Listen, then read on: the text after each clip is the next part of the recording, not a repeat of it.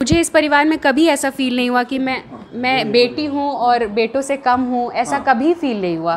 क्योंकि मुझे मेरे मम्मी पापा ताई ताऊ जी ने हमेशा वही प्यार दिया है। इनफैक्ट मुझे लगता है कि इन लोग से ज़्यादा मुझे प्यार दिया है। हर चीज़ में नहीं ये करेगी, कभी कोई गाड़ी आती तो नहीं यही करेगी, पूजा वगैरह आरती पूजा जो भी होती है हर चीज़ में मुझे ही आगे किया गया। इन लोगों को बल्कि लगता था कि अरे ये सब चीज़ यही है क्या। तो मुझे हमेशा ही बहुत प्यार मिला है। जी। सीए के परीक्षा के लिए क्या पहले से स्टूडेंट लाइफ से ही आपका इरादा था? जी नहीं, जैसे मैंने 12th किया था तो मेरे जैसे जो स्कूल के प्रिंसिपल थे तो उन्होंने जैसे एक नोट होता है ना, तो उन्होंने लिखा था, जैसे मेरी मैथ्स अकाउंट्स बहुत अच्छी थी तो उसमें उन्होंने लिखा था कि ये तो you are a complete CA material. तो मुझे लगा कि अच्छा, उस टाइम तो मुझे सीए के बारे में कुछ ज़्यादा जानकारी नहीं थी, लेकिन फिर मैंने सर्च किया कि क्या है क्या नहीं है। फिर मैंने सक्सेस रेट देखा तो मुझे बहुत कम लगा।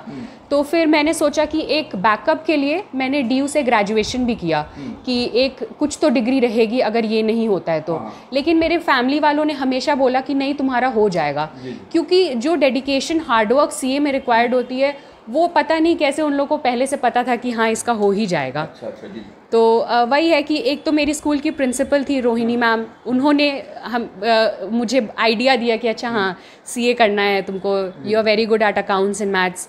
तो इसलिए मेरे को ये भी था कि हाँ ठीक है मैं सीए ही करूँगी। एक सवाल आपसे जो कि अहम सवाल है विद्यार्थियों के लिए भी, कि सीए अगर बनने की अगर इच्छा किसी विद्यार्थी को है तो इसके लिए क्या करना होता है और किस तरह से इस मुकाम को हासिल किया जाता है? जी, इसमें सीए में ना ग्रेजुएशन की कोई मतलब रिक्वायरमेंट नहीं होती है। 12th के बाद ही आप फाउंडेशन इनिशियल लेवल होता है तो उसके लिए आप रजिस्टर करिए और एग्ज़ाम दीजिए। तो फाउंडेशन का एग्ज़ाम क्लियर होने के बाद एक इंटर आता है, उसके 2 ग्रुप्स होते हैं तो वो क्लियर कीजिए। वो फाउंडेशन जैसे बाकी वो एग्ज़ाम में क्या होता है, एंट्री लेवल टफ़ होती है और एग्ज़िट लेवल इजी हो जाता है। जैसे मेडिकल कॉलेज वगैरह में एंट्री लेवल ही टफ़ होती है, बाकी बाद में तो बन ही जाएगा इंसान। लेकिन इसमें क्या होता है, एंट्री लेवल ठीक होती है, एग्ज़िट लेवल सबसे ज़्यादा टफ होती है। डिफ़िकल्टी लेवल्स के साथ साथ इंक्रीज़ होती जाती है। कहाँ से तो आपकी मतलब बुनियादी शिक्षा जरा बता दीजिए कहाँ से? जैसे मैंने स्कूलिंग अपनी Ranikhet Ashok hall girls residential school से किया है। रानीखेत नैनीताल के पास है। और फिर उसके बाद मैंने 12th करते ही फिर मैं यहाँ घर आई। फिर मुझे सीए के बारे में थोड़ा बहुत जानकारी हुई, मैंने सर्च किया। फिर उसके बाद हमेशा से मुझे था, मैंने सक्सेस रेट को देख के हमेशा मैं घबराई कि पता नहीं होगा कि नहीं होगा और ये ना हो एंड में कि मैं कहीं की ना रहूं।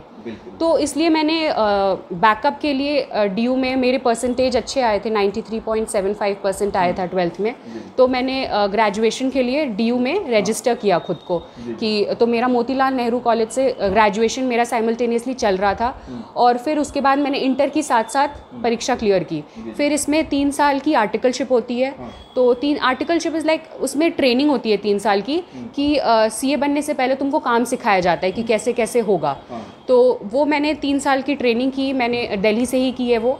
और फिर उसके बाद जैसे ही मेरी आर्टिकलशिप की ट्रेनिंग ख़त्म हुई, मैंने मतलब वर्क फ्लो मेरा कंटिन्यू रहा। क्योंकि मेरे घर का भी काम रहता था, ITRs GST के रिटर्न्स वगैरह, तो सारा घर का काम मैं संभालने लग गई थी। बस ये हो जाता था कि ऑडिट नहीं कर पाती थी क्योंकि सीए की डिग्री उसमें चाहिए होती थी। तो फिर उसके बाद जैसे ही अब हुआ, अब होपफुली नेक्स्ट ईयर से मैं वो भी काम करने लग जाऊँगी।